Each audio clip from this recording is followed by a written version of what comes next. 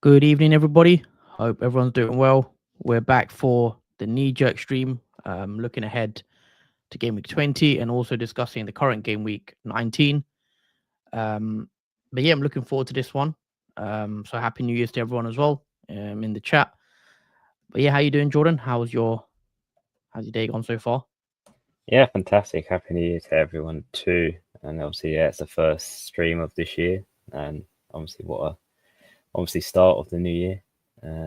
Seeing Arsenal and Brentford go head to head, and yeah, we all saw what that result would be. But yeah, we're here to talk about obviously the rest of what's happened in Game Week 19 and 20 onwards.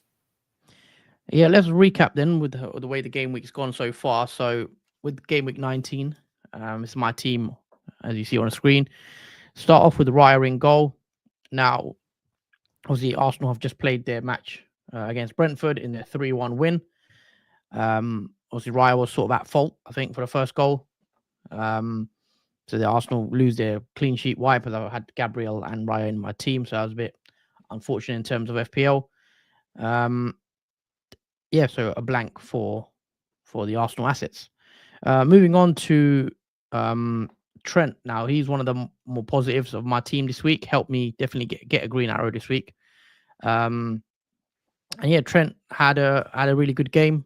As we know, he got a goal, a deflected goal, and he also picked up the clean sheet in that game. 5-0 winners for Liverpool, and West Ham didn't really.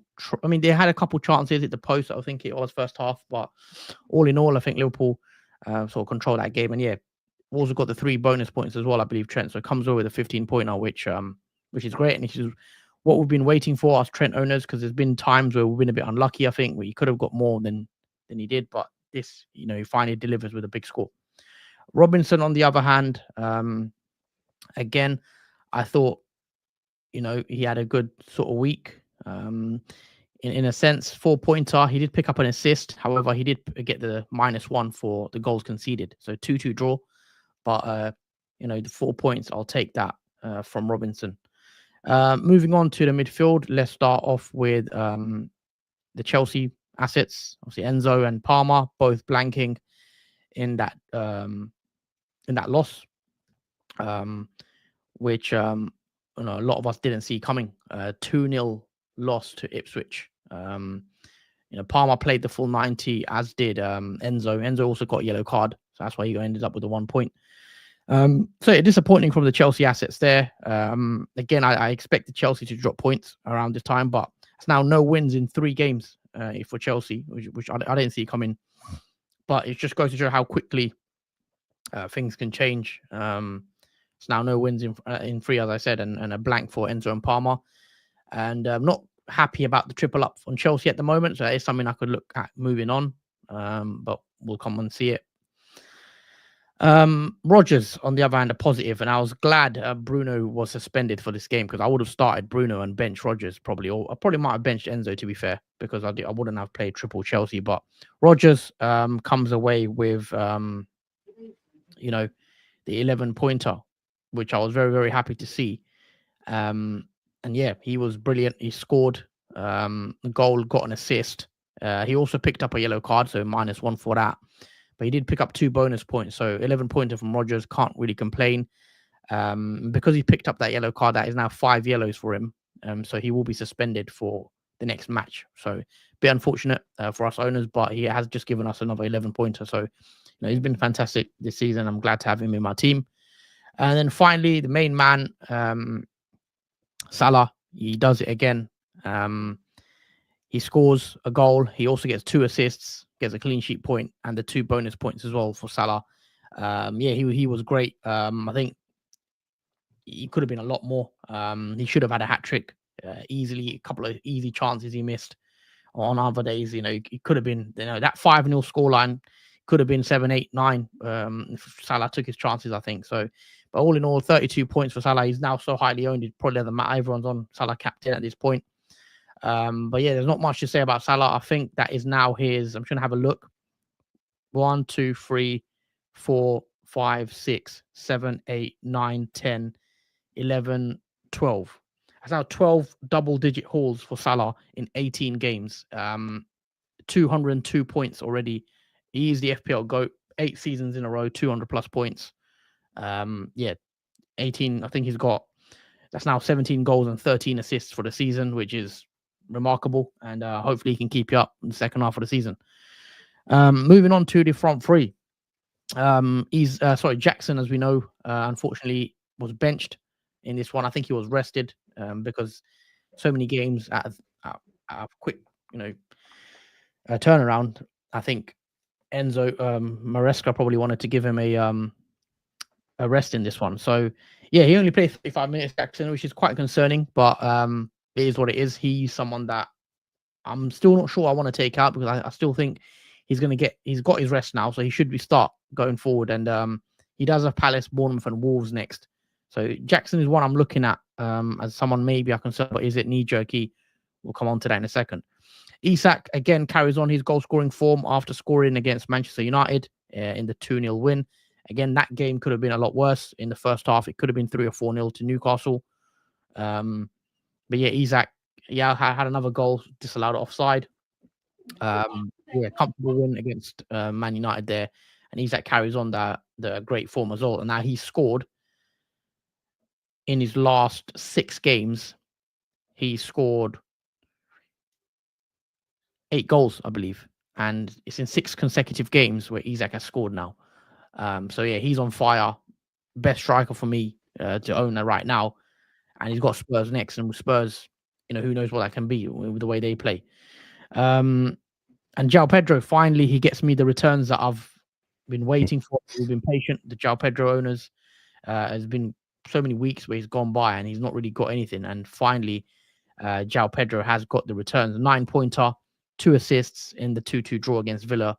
He also got 1 bonus point. And I'm actually tempted to keep João Pedro mainly because of his price. I know he's been a bit disappointing in recent weeks, but because he's only 5.6 or 5.7 million, it's hard to get rid of him because he's one of those players that you're not really, unless you go up to like a Wood, which people might not have the budget for.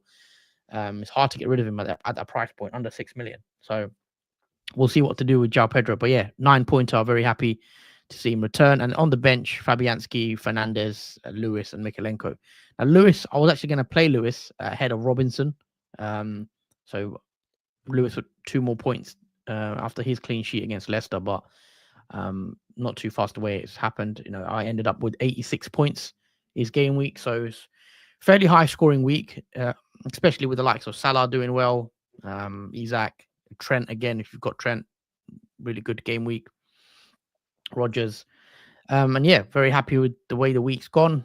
It's now 86 points, up to 1.2 million overall rank. I think I was at 1.5 before the game week. So yeah, decent green arrow. And hopefully we can go into game week 20 and carry that on and get another green arrow because it's been a bit of a tricky start to the season. Yeah, Jordan, we'll do your team as well if you want to recap how your game week's gone as well. Yeah, so start of a good year for me in terms of how my team's done. But let's start off with obviously the goalkeeper. Obviously the week didn't end as great as it started. With surprisingly, Flecken did manage to play in that game, which I think a lot of us didn't think would happen. But yeah, because of that, Vardy Morrison was benched and he got 0 points. So I had no playing goalkeeper because obviously Fabianski is also out from a head injury. So yeah, no goalkeeper for me to play this week with 0 points.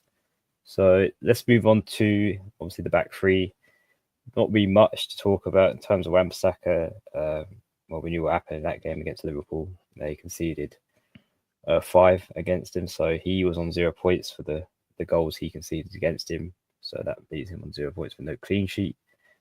Timber, which Arsenal just played just now. He did get a yellow card in that game, which does mean he's suspended for game week 22. So might be a headache for those next week, and maybe not.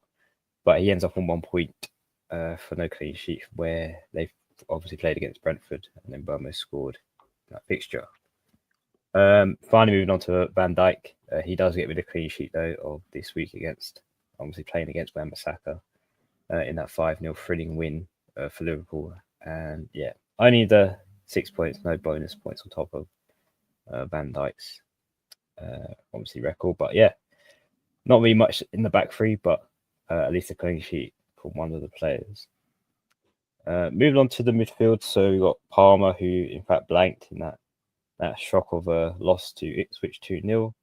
Though it was a really rotated side that Chelsea went with, so maybe it's not a surprise that they did struggle to win that game against Ipswich, but nothing in terms of goal involvement from Chelsea's side. Moving on to Sarr, who he was the player I brought in 2 game weeks ago, and yeah, another blank for him again. Hasn't really worked out, that transfer going forward. I thought at least against Southampton, maybe they can nick something out of that game in terms of Sarr getting an attack and return. But no, he was close though. He had a huge goal involvement in that game. I think it was like 0.95. So he did have a few chances to score, just didn't really get the finish behind him. So yeah, only 2 points from him. Luis Diaz, who was benched last game week in 18, obviously started in this week against West Ham. Delighted to see him. Obviously, he did score a nice goal too, and was rewarded with a bonus point on top of that. So yeah, it did pay off eventually. The transfer for him, obviously getting a 9-pointer, and also his teammate Salah, who equalises again, another double haul, and it looks like Perma captain Salah at the moment. That's another double haul for Salah, a goal, 2 assists, and yeah, he seems to be on a unrecognisable run of form, and he is the most reliable FPL asset at the moment to go for in terms of captain. It feels like, and just as a general player, it's hard to move that captaincy off him when he's getting that many points each week. And moving on to the front three, and this is where collectively a lot of points come from. So my only transfer I made was taking out João Pedro for Ollie Watkins. Even though João Pedro got 2 assists, Watkins did still manage to beat him in terms of points by 3. He did score 1 goal, got 1 assist, and he was also rewarded with the bonus 3. And it was his birthday too. So yeah, it was a great return in that game. Obviously ended 2-2 against Brighton. But yeah, happy to see Watkins get a nice return from him, a nice double haul for the 1 week punt. Certainly paid off. Moving on to Nicholas Jackson. This I thought would work out really well with him being benched, because if we remember against Southampton in game week 14, he was benched for that. He didn't play any minutes at all, and Chelsea went on to win that game 5-1. I kind of wanted that to happen in Ipswich, but because they lost 2-0, it forced the manager to bring Jackson on a couple of minutes into the game. So if that wasn't the case, Johnson, who had 9 points on my bench, could have potentially obviously came on for Jackson. But because of the result, Jackson did come on. He did play about half an hour and got 1 point. So a bit unfortunate there for that result. And then finally, Chris Wood, who I think, to be honest, he's unsellable at this point, because every time I think about taking him out, he just comes back with another return, and that's another double haul for Chris Wood. I believe that is a goal and an assist for him, as well as the bonus 3 points on top of that. So yeah, Chris Wood at the moment, it's very hard to get rid of, even though he's had 3 consecutive blanks before he scored and got the assist. Yeah, he's doing well, and definitely an option going forward if you haven't got him already in your team. But yeah, happy with obviously the front 2 forwards this week. And obviously there's not much to talk about on the bench, as I did mention Johnson getting the goal for Spurs and also bonus 2 points. And he did in fact start, so it's a bit in and out with whether Johnson starts games or not. But I did have him on the bench regardless, due to the fixtures that my midfielders and forward players did have. But apart from that, everyone else scored 0. Either due to injury or didn't play minutes. But this is actually my best game week so far this season, believe it or not. Game week 19, it's the highest one I've had, 77 points. It is a green arrow. It's not a very massive green arrow. It's about 200k, surprisingly, but it was a very high scoring week, I think, in terms of the average. But again, it's another green arrow nonetheless. And yeah, I'm quite happy with the start of the new year and obviously this game week. Well, Genius Gamer says, hey all, Patrick, hi, great game week and 91 points. Did consider Jesus out for Wood, but now with the 12-pointer, I'm not sure. What do you think? We'll come on to what to do in terms of transfers, but We'll get onto that one in a sec, Patrick, because we're going to come discuss actually Game Week 20 and transfer plans in a second. Jenny says, Happy New Year, everyone. Yep, Happy New Year to you, Jenny. Happy New Year, lads. Took Timber out Sunday, and now he's suspended. Lewis Hall continues to get points from my bench, which is always fun. Took me 19 game weeks, but actually bought in a Forest player in Wood. And Fatality says, Happy New Year, 85 points up to 77k. So yeah, very good stuff to definitely 77k. You're in the top 100k, so you should have a good sort of finish at the end of the season now. Let's pull up our teams though. I do want to discuss my transfer plans and what I'm looking at doing for Game Week 20. So just bear with me for a second, guys.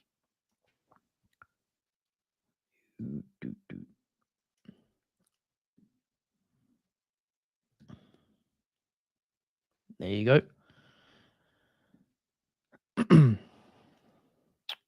So this is what my current bus team looks like. So I've got Raya, who's got Brighton away.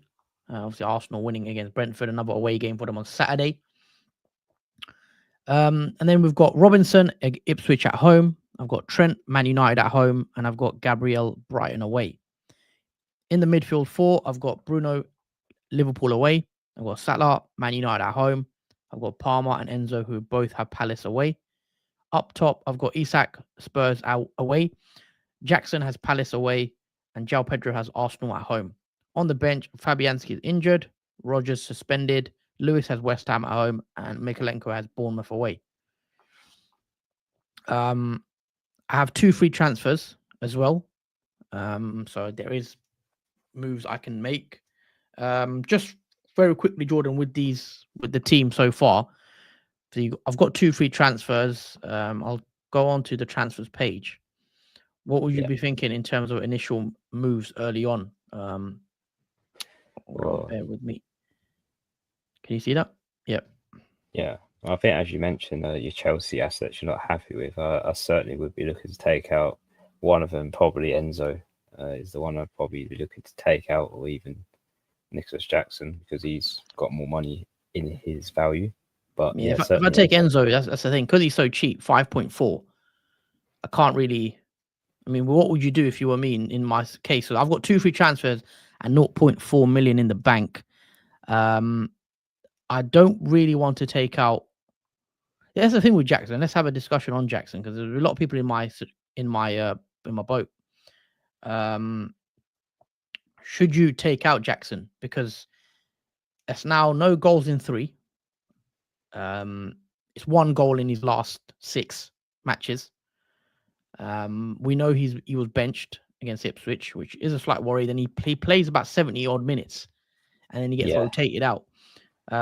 Fixture wise, Palace away won't be that easy. Bournemouth are doing well. Wolves, Man City, West Ham.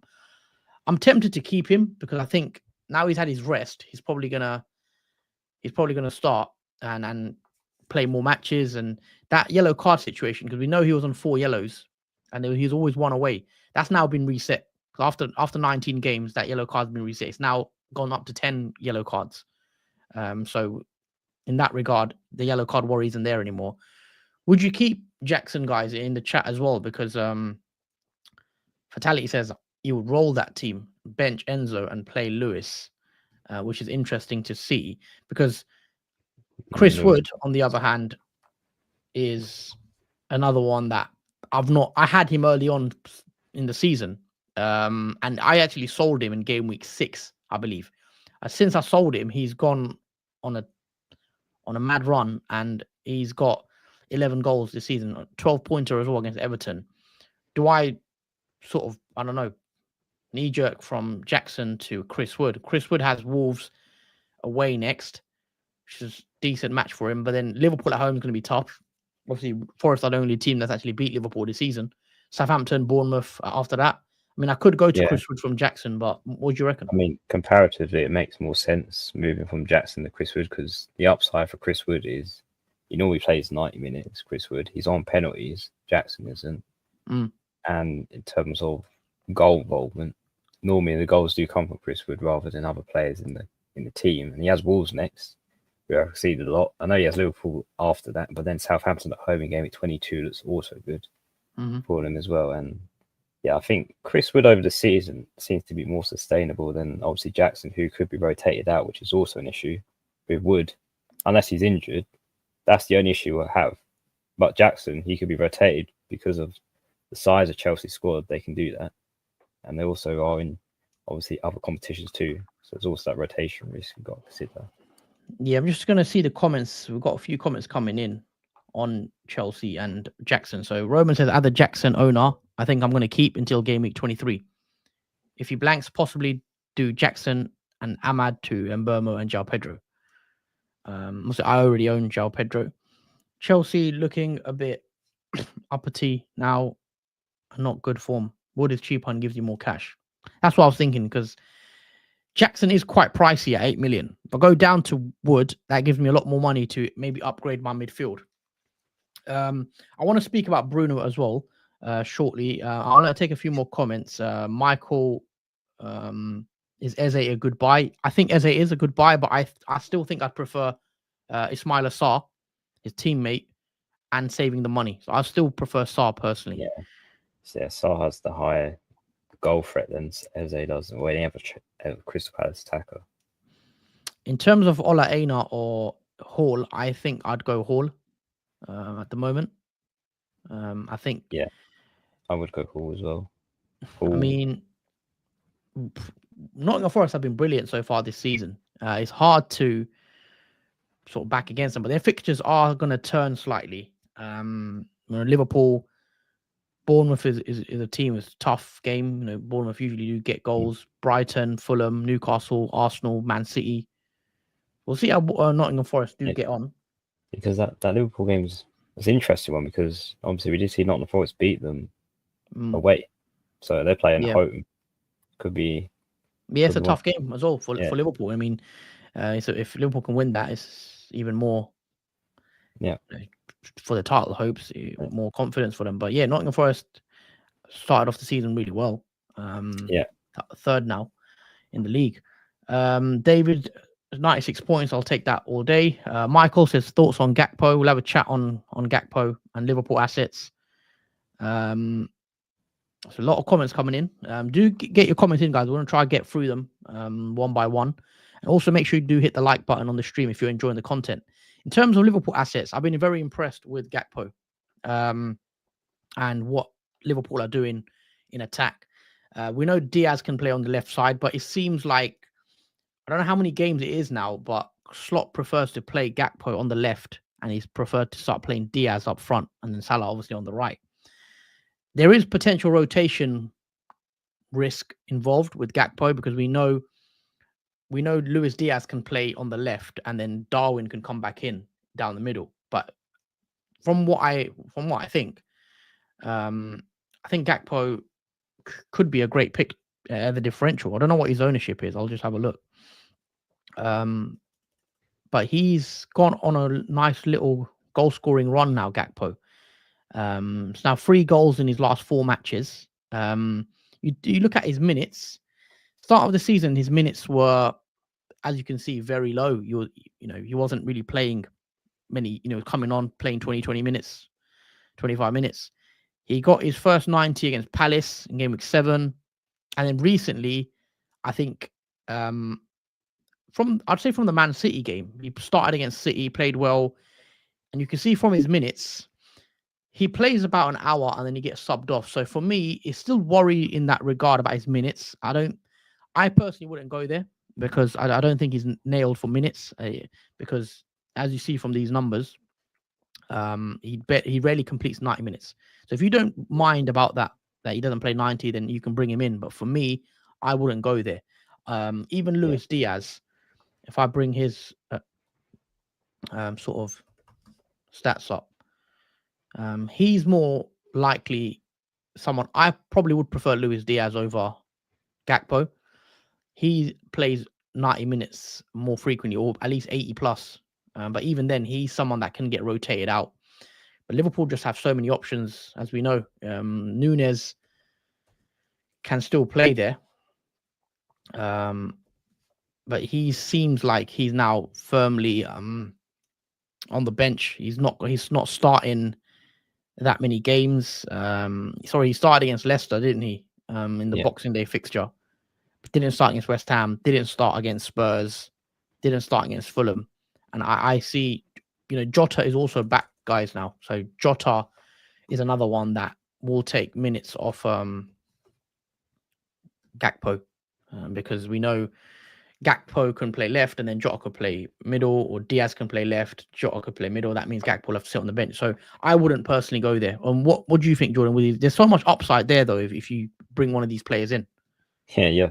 The only thing is, though, with the players, because they played not that many minutes, and obviously they're coming back from injury like Jota is, he's going to be slowly working up towards playing almost 90 minutes. You have to hope for these players to score early in the game, because if they don't, then they're going to be subbed off in the late stages of the second half. And you see Jota, he played 11 minutes against Fulham, 22 against Tottenham, 12 against Leicester, and then 32 against West Ham. He's slowly being eased in. He may start against Man United, but I'd expect Diaz and Gakpo and Salah to go front three, and then Jota to sort of come in here and there until he builds his fitness up. Let's take a few more comments. Tendai, evening lads, happy new year. 94 points with Wood, Jesus, Trent, Salah, Captain, Rogers and Isak, up to 485k in the world. Now to find some differentials. Looking forward to your stream. Keep up the good work. Thank you, Tendai. We appreciate your kind words. And also, please, guys, do hit that like button and share the video as well if you can, if you're enjoying the content. Crystal Palace, Bournemouth, they got those park the bus defenses. Big no for Chelsea assets, except Palmer for me, says Pranav. Interesting. Yeah. Because that is what I've gone with for wildcard. I've only got Palmer in it now. So, yeah. Okay. We'll come on to a wildcard draft in a second. Obviously, I know you're going to wildcard, but for people that are thinking of wildcarding in Gameweek 20, obviously the wildcard is now active if you want to play it. We'll come on to what we're thinking. Next game is tricky with Palace playing well. Yeah, I agree.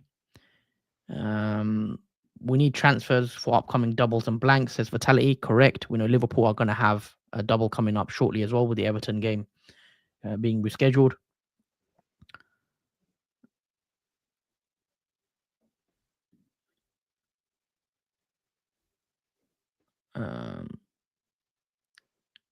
Okay, so in terms of my team, we'll discuss my team in a sec, and then we'll move on to the wild card. So let's say what you reckon I should do, Jackson to Wood. It's either to Wood, or you maybe can go for Raul Jimenez. He has nice free fixtures upcoming, because obviously he plays Ipswich at home, and then after that he's got two nice ones after that. I prefer Wood, I think. I know he's got the fixtures. Yeah. But I feel like he's someone that I'll have to bring in and then take back out again. And I'd rather just get a set and forget, maybe. Wood feels quite set and forget at this moment. Because he's still owned, Chris Wood. He's not really been noticed by many, because he has blank. 27%. He's getting up there now in ownership. Yeah. Chris Wood. After that 12-pointer this week, he'll be more noticed by people. I'm still not completely against keeping Jackson, but it's more the money that would allow me. I also want to get your thoughts on Man United assets and Bruno in particular. Also the chat, let us know your thoughts on Bruno. If you guys own Bruno, what's your plan with him? Because I kept him through that suspension. He didn't play against Newcastle because he had the yellow card. The red card. I think we got a bit too carried away when obviously we saw them do well against Man City. And obviously Everton, when they won 4-0 against Everton, I think that was the moment where we thought maybe Ahmad, Bruno, and other such players like them we could bring in. Was the Everton 4-0 win when Amorim was there, or was it a Ten Hag match? I can't remember. I think that was Amorim. Let us know. I think it was Ruud van Nistelrooy, actually. Oh, it could have been Ruud van Nistelrooy. Let us know in the chat, guys. But yes, I think since obviously the Man City victory, which was big, I guess, in terms of the history. But besides that, it's been terrible, Man United. It's been the same Man United we've seen over the years. And underneath Amorim, it seems like it's the worst. I mean, it was a slight improvement with Ten Hag. But this is even... as a Man United fan, it's worrying. We're closer to relegation than we are to the top 4 in the table now. Yeah, Pranav in the chat. Thanks for that, Pranav. He says Ipswich was the first match. So yeah, that Everton 4-0 was under. So that's 2 wins now for Amorim at Man United. I don't know what to make of Bruno, because I bought him in because he does get you points. He got a 9-pointer against Everton. He got a 9-pointer against Forest. He scored against Man City, we know, a penalty. The last 3 have been disappointing. You know, he picks up a red card against Wolves. He blanks in the 3-0 loss to Bournemouth. And then now he's Liverpool next. But the problem is, the one thing that's making me want to keep Bruno is after Liverpool, he's got Southampton at home. Now, even how bad Man United are, surely he can get a big return in the Southampton at home fixture, is what I'm thinking. And then Brighton, Fulham after that. But I don't know. Maybe I think maybe I'm clutching. If that's the thing, if they just have one good return at Southampton at home, and then they go on to blank, let's say Bruno for the next 3 or 4, then it's not worth it long term. If it's just for 1 week, you might as well bring him in for 1 week punt against Southampton rather than keep him for 4 game weeks. Okay, let's say I sell Bruno, and the player I am actually looking at bringing in is Gordon of Newcastle. He's got Spurs next away, and we know Spurs are struggling with their defenders and the injuries they have. He scored against Villa, got an assist against Man United last game out. I've been impressed recently with Gordon and Newcastle. 4 wins in a row now for Newcastle, so they are showing really good form. It's Spurs away next. That game, I don't know what that scoreline could be with the way both these teams will be playing. What do you make of that? You know, Bruno to Gordon sort of move, and then that gives me, let's see, that still allows me 1.3 million in the bank as well. Yeah, that's a huge improvement just from that transfer. Saves you a bit more money too. And yeah, we've seen Newcastle didn't get a great start of the season, but they've slowly crept in and have a good, nice run of form. Hopefully that's sustainable when you bring him in, if you do bring Gordon in. But yeah, I think it's a good move. Yeah, I think Gordon Tendai personally for me, but Murphy could be a decent option. But if you've got the money, I prefer Gordon. Murphy's even better because he's cheaper at 5.1, I think, Murphy. But the issue with obviously Murphy is minutes. Because these minutes are a bit similar to Jackson's all over. 70 minutes, 60 minutes. But he's had quite a few returns in the last 4 game weeks. And 3 goals, 6 assists for him. Yeah. No, I see what you mean. But I might even make that transfer now, actually, because I'm looking at it. I want to get rid of Bruno and bring in Gordon. I don't know if he's close to a price rise or anything, but that's definitely happening. Bruno to Gordon, I think I've sort of made my mind up. It's whether I keep Jackson for Palace or I bring in Chris Wood. Because I do have 2 free transfers. It was like it's mentioned in the chat, Crystal Palace is a very weird fixture. I mean, Crystal Palace can be really tough to beat, and then sometimes they can be really easy. But I think Chelsea will struggle, especially in the away game in that fixture. I don't feel it'll be easy. Okay. I'm trying to think what other midfielders I want to have in my team. I'm not keen on Enzo as well. I don't think. But it just depends who I'd bring in. What about if you're wanting to go for do you want a player that's long term, not a short term? Yeah, it's got to be more sort of a long term pick. Long term pick. Bruno is a funny one. I was going to say Sarr, actually. I think Sarr is someone that I do want in my team as well, potentially. So let's say I take out, Enzo, he has got me a couple of assists since I brought him in, but no returns in the last 3. We knew he maybe was on a bit of a purple patch.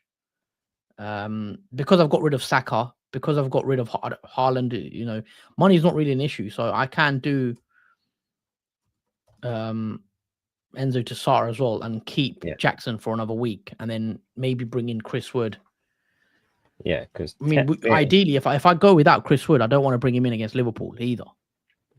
No, you want to bring him in after Liverpool when he has Southampton, preferably. Yeah. Because of Sarr, though, to be honest, he should have really scored against Southampton. His goal involvement was 0.95. The amount of chances he had in that game, I'm surprised he blanked. So, with the fixtures coming up for Crystal Palace, they're really good, especially after Chelsea. They've got Leicester, West Ham, and Brentford, which are all 3 green fixtures for Crystal Palace, and they seem to have sort of turned the tide a bit in terms of the form as well. I think what I'm most likely to do is I probably will do. I'm trying to think. Let me go back onto my boss team. Yeah. So imagine Bruno's not there. Imagine I've got Gordon.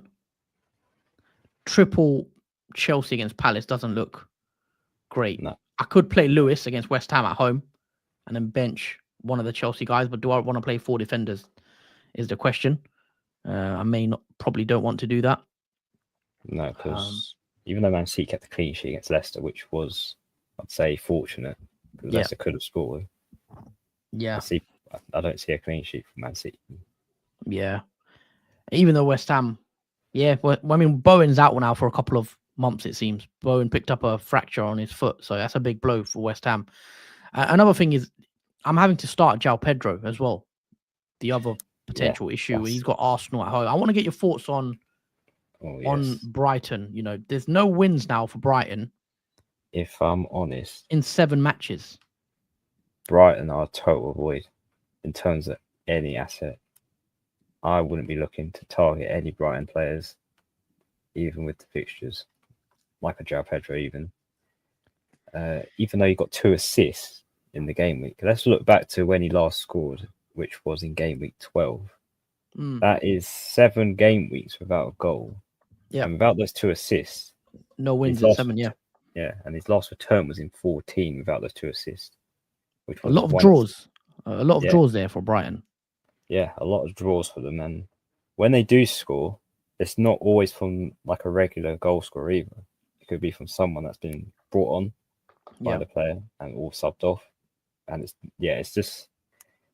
it's alternative to what goal scorer you look to target for Brighton. And João Pedro hasn't been the greatest long-term player to go with.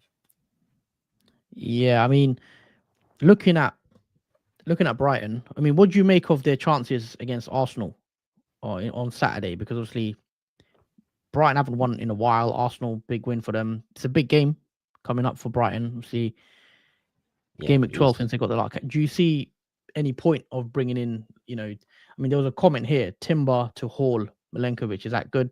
I think Hall is fine, Pranav, or even, I mean, we'll talk about defensive assets. I mean, let's bring up your team, wildcard draft, because I think we'll start there and see what players to sort of target. And is this the wildcard draft you've got at the moment? Yeah, this is the wildcard I have currently. I have been swapping, changing constantly just to see what I prefer. But yeah, this is currently what it looks like at the moment. Okay. What about the goalie though? Because Valdemarson, obviously, Flecken's back now, so yeah, I probably will have to either change Henderson to Pickford or just swap Henderson out and play him against Chelsea at home. But, okay. Yeah. Okay. So obviously you've gone with the one Arsenal defender in Gabriel. You got Timber as well on the bench. Yeah. He is suspended. Yeah. So game week 20. Yeah. So he's going to miss game week 20, which that kind of helps the benching headache because I was trying to see how I could fit in. Obviously an Arsenal asset as well as a Liverpool and obviously Newcastle one. I did want to play double Arsenal, but it helps that Timber's suspended for game of 20. Okay. Which means Milenkovic is only bench player. And you're still pretty confident on the double Arsenal defense going forward. Obviously, I see you've got Trent. Yeah, Trent's been transferred in and out as well constantly. Okay. Let's take a look at fixtures as well. I do want to bring up fixtures. But yeah, I mean, Brighton, going back to them, definitely in terms of the assets, I think I'm going to keep João Pedro. But can you see them picking up wins or even draws? Or do you expect them to carry on sort of their run without a win? 7 games without win now for Brighton.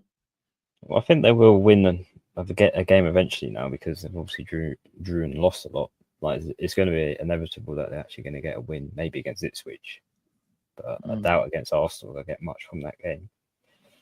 Especially because without Welbeck as well, I think Welbeck was a good, obviously, clutch when they did play against each other, but because he's out injured, they have lost that attack a bit. So yeah, I don't see Brighton changing much, but again, result-wise, they do score goals. It just does come from the right players in the team. It could come from anyone. That's the only issue. Okay. Looking at fixtures, let's have a look. Or at least the next 4. Arsenal. What do you make of their fixtures? Arsenal assets-wise, defenders. So a lot of us have double Arsenal defense. Do you see many clean sheets in the next? Let's look at the next 5 actually. So, hold on. So for Arsenal, the next 5, you're looking at Brighton, Tottenham, Villa, Wolves, and Man City. Well, I'll probably see at least 3 clean sheets in those 5 fixtures. Who are you going for the clean sheets against? I'll say Wolves, Aston Villa, and Man City. Oh, okay. That's interesting. I maybe see 1 or 2 clean sheets for Arsenal. I think City score, even though we know City struggles. I think there's some tough games for Arsenal, personally. Brighton, Tottenham, Villa, Wolves, Man City. That's not an easy run. Let us know what you guys think in the chat as well in terms of Arsenal double up defense. I mean, how many clean sheets do you see in the next 5? I think those are some tough games, even for the attacking players. I mean, there was comment about Jesus. Do we bring him in potentially instead of a Chris Wood? He scored again, Jesus, today. Obviously, Havertz, we know, is Havertz missed out through, I think, injury or illness. I'm not sure, but he wasn't on the squad today. Yeah. I mean, that's the psychological, though, thing about Arsenal now, because they have to expect to win those 5 fixtures if they are going to be still in that title race for Liverpool. So the mindset must be they've got to win all those 5 next. Yeah, I mean, let us know in the chat, guys, what you think of the next 5 for us. Do you see them winning all these 5 or clean sheets? I can't see it personally. I'm still going to avoid an Arsenal attacker. I think there is Martinelli, who scored again today. Do we bring him in potentially? Jesus, I want to discuss the Arsenal attacking assets. We know Nwaneri played on the right instead of Saka. But yeah, it's going to be interesting to see. Let us know your thoughts, guys, on the Arsenal attack and the defense in the next 5 fixtures. Do you see many wins here, or what? Let us know. Villa, so moving on to them. Not really interested in any of the assets right now. I mean, a lot of us got Rodgers in our teams already. He's the only one that I'm really sort of looking at. Fatality says he's got no Arsenal defenders and still doing well.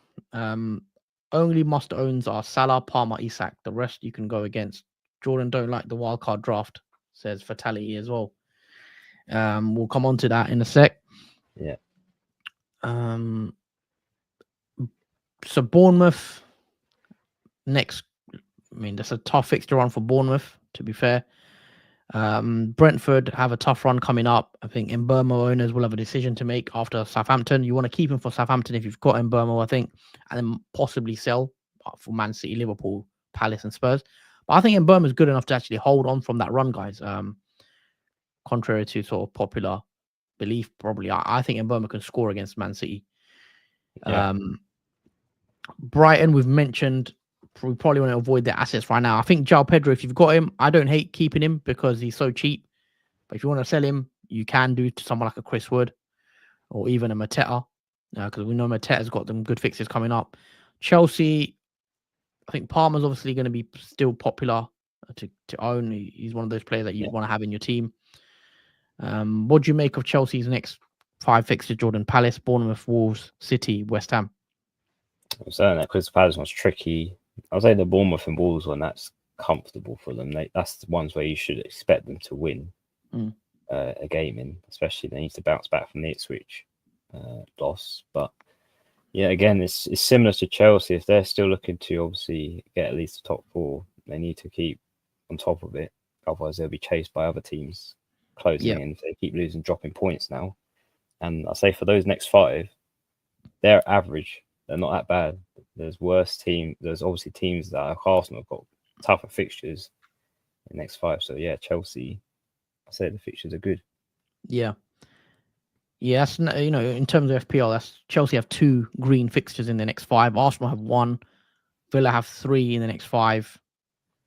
Everton, again, we probably want to avoid the assets. Fulham, if you've got Jimenez, the next 3 looks nice on paper. Man United even could be a good fixture for them, the way they're playing. Ipswich, some tough games in there for them. Leicester, again, you probably want to avoid their players right now. Liverpool is interesting as well. They've got Nottingham Forest away now, is a sort of grey fixture. We know Liverpool has only lost against Nottingham, and then Man United is going to be still a big game. It is at Anfield, but it's a grey fixture for Liverpool due to the rivalry. Brentford away is seen as a red fixture. Because Brentford have actually scored the most goals at home, I believe, of any team this season. But yeah, Man City, I don't think anyone there really is interested in City assets still right now. Man United, Southampton at home. If you've got Bruno, I think it's a decent fixture for Bruno in that one. Newcastle, I like their fixtures. Wolves, Bournemouth, Southampton, and you can't see, but after that it's Fulham, Man City, and Forest. And yeah, those are sort of the games those are the sort of teams really that would probably be targeting. Forest is a couple of good games coming up. Liverpool will be tough for them. And Southampton, again, not really anyone I'm looking at. Spurs, not interested. West Ham, not interested. And in Wolves, Cunha now will miss out one league game, I think it is. Other than that, I'm not really interested in Wolves' assets. You've got some tough games coming up as well. Yep. Yeah. No Aït-Nouri, no Cunha, Allstrand Larsen, not really preferable with the fixtures that Wolves have upcoming next. It's going to be a tough run. Yeah, there's a lot of tough fixtures there coming up. When you look at the FPL ticker anyway, there's a lot of no one's really got a nice. I mean, Fulham's probably the only one there with 3 green fixtures. But obviously, we know football ain't played. All these games are going to be tough. But trying to see what is there a fixture swing here. Let's take a few more comments. Soul Searcher said, "Don't forget to like and subscribe. People appreciate the great work." Yeah, thank you for your comment, Soul Searcher. Yeah, hit the like button, guys, and make sure you're subscribed to the channel as well, please. All your likes are appreciated. João Pedro to Jesus, thoughts? Yeah, what's your thoughts, Jordan, on this move? I mean, we spoke about Arsenal assets slightly. I don't know what you make of their fixtures. I think they're tough, but we know Arsenal need to win these next 5. Yeah, they need to win the next 5. I'm not sure what to think of Jesus, even though he did score today and got a goal previously in, I believe, Gameweek 17 where he scored 2 against Crystal Palace. It's just that without that messy defence that Brentford did have, I don't think he would have scored, obviously, that goal. And it was just down to fortune that it obviously lands to him, but he did have to finish it still, which obviously a player like that will, for that quality, don't doubt. But yeah, I'm not sure with Jesus. He's sort of 50-50 in terms of an option. But I guess if you're looking for a replacement, obviously with Saka being out, you're looking for another forward for Arsenal. If you think Arsenal will score a couple of goals in the next game week, because that's the thing you got to consider. If you see Arsenal scoring a lot against Brighton, Spurs, and Aston Villa, because if you do, then yeah, Jesus is worth going for. But if they're only scoring 1 or 2 and getting past with just Ipswich one goal, then I don't. What do you see as if you had to sort of? Would you see them? Was he score? They got 3 today. They got 1 against Ipswich, but they did score. I'm looking at Arsenal's. Yeah, they scored 5 against Crystal Palace. Yeah, so they do score. 5 against Palace, but then didn't score against Everton. Scored 1 against Fulham. So yeah, they are in that sense where they sometimes when they score, they'll score quite a few, but then sometimes they may not score, or it's a low scoring game. Do you think we should be bringing in Gabriel Jesus as a differential? Because looking at Jesus, I mean, what is his ownership? His ownership's only 6.9%, and Jesus has 3 goals in his last 3 games. 3 goals and 2 assists in his last 3 matches.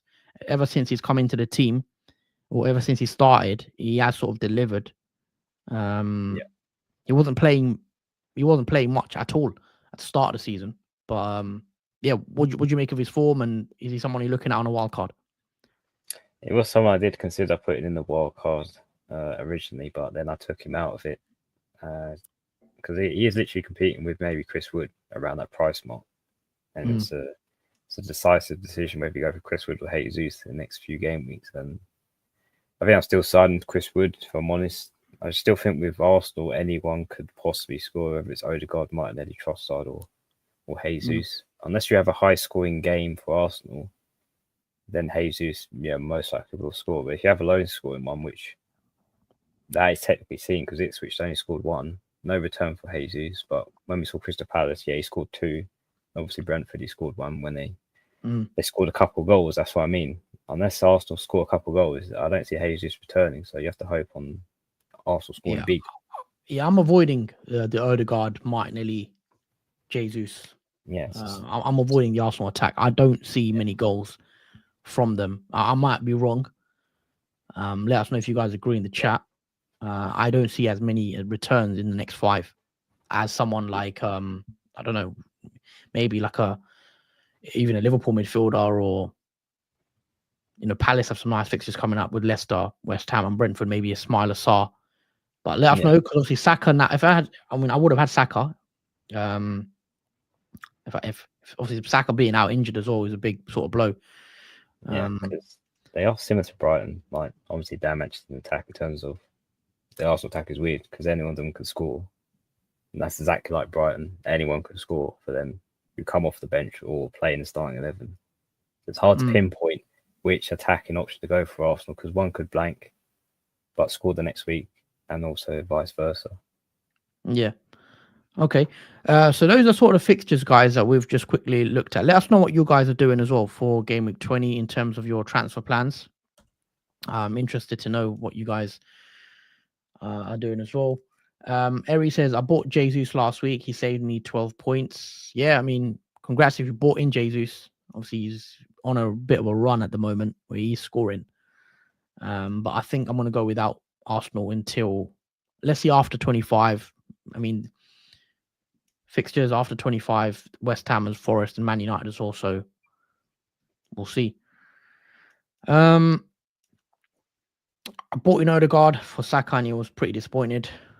See how it goes. I mean, you never know. They could return in these next couple of fixtures, but I won't be going there. And if I was wildcarding, I wouldn't go there either. Yeah, because that's the thing. You could blank this week, but return next week, and then maybe blank again. Like, that's what pattern I expect from Arsenal assets in the attack. Now looking back, this is my bus team for now. I think I know what I'm going to do sort of in terms of my moves. I think Gordon will be coming in for Bruno most likely, and then I probably will take out one of the Chelsea assets, maybe even an Enzo potentially over a Jackson. We'll because it's either you take out João Pedro or Jackson, in my opinion, because one of them has to go. Because I don't want to play Jackson against Crystal Palace, or I don't want to play João Pedro against Arsenal, even though he could maybe score in that one. It wouldn't surprise me now that I've taken him out. But yeah, it's either one of those two, at least the Chelsea asset. I'll probably will take out one of the Chelsea guys. Just who? It might be Enzo, and then I might keep Jackson and and get rid of Jackson a bit later. If you want to take these comments, Jordan, quite a few of them. So what's the situation with KDB? Well, I believe his contract's being discussed. Every stays in Man City or not. But in terms of FPL season, I'm not sure really with the situation with KDB. In terms of Man City, there's no asset I'll be looking to keep or bring in still at this point until I see a big turnaround. Romans, at me, or has there been a lack of penalties this season? Not really noticed, if I'm honest, about the lack of penalties. But yeah, I suppose there has been not as many as we saw last season, but there's been a lot more, I'd say, red cards, I think, over that. Manish sold Jackson for Jesus, your sub. Yeah, well done. Obviously, that worked out really well, selling Jackson and who was benched and bringing Jesus, who got a 12-pointer. Very good move when it works out. Kwanda, good evening. An Arsenal attacker will be better than a defender. Yeah, well, yeah, as we discussed, yeah, in the last 5 fixtures, that has shown that possibly could be that could be right. Fatality. I'm rolling Sanchez, Trent, Castagna, Hall, Salah, Odegaard, Semenyo, Palmer, Dibbling, JP, and Isaac. 5 million in the bank and 2 free transfers. Interesting, yeah. Goalkeeper for Chelsea. Obviously Semenyo in there too. Dibbling, Southampton asset. He's doing not bad actually. Dibbling, he has got a return here and there. I believe he got a return, obviously in that game against Crystal Palace too. Duncan for -8. I can sell Solanke, Ahmad, Odegaard, and Raya for Wood, Mbeumo, Gordon, and Pickford. Wood could be Jesus, and Pickford could be Sells. Could get Sarr instead of Mbeumo/Gordon. I mean, yeah, Sarr, I'd say, is a good long-term option because of Crystal Palace's fixtures are pretty good, and the swing looks like for form for Crystal Palace seems to be changing a lot. And it's the goal involvement and the goal threat that Sarr has shown. There's some games where he has blanked, but it's really should have scored. It's like the Arsenal one; he could have scored more than 1 goal. He could have had 2 or 3 chances he had. So it's just him finishing those chances, I think, is the issue for Sarr. But I think it's still worth bringing in into your team as well as the differential. Could be good instead of Mbeumo, Gordon, who are looked more upon in terms of obviously bringing in. But yeah, I don't hate the move, whichever you do choose to pick. For the -8 though, for Solanke, Ahmad, and Odegaard, to move to Rayo or for Wood, Mbeumo, Gordon, and Pickford, then yeah, it could work out long term. That okay. Into any other comments? Gordon or Mbeumo? I think Gordon for the next couple of fixtures, personally. When's the best wildcard to do? I mean, it depends on your team. And if you think you need to wildcard, then go ahead and play it. I don't like wildcarding early, this early, obviously, because this wildcard will have to last you now until game week 38. So I prefer to leave it. But if you need to do it, then you got to go. Salah perma cap from now. Yeah, it's looking that way at least until maybe Liverpool have some tougher fixtures. But I'm probably going to captain, Salah again in game week 20. But I think we're going to wrap it up here, guys. We've done an hour. We are back again on probably, we might stream tomorrow, maybe Friday. We'll see in terms of a game week 20 pod. If not, we'll be back on Saturday for the deadline stream anyway. So obviously the streams have been a bit crazy because obviously there's been a fixture every 2 days, 3 days, a game week, sorry, every 3 days. So hopefully you guys have enjoyed the content and hopefully you've enjoyed the stream. Happy New Year to everyone. Hopefully you've enjoyed your Christmas as well. We're back, as I said. Just stay subscribed. Make sure you ring that notification bell so you know when we go live. And we will see you on the next video. Yeah, take care, guys. Happy New Year, and see you on the next video.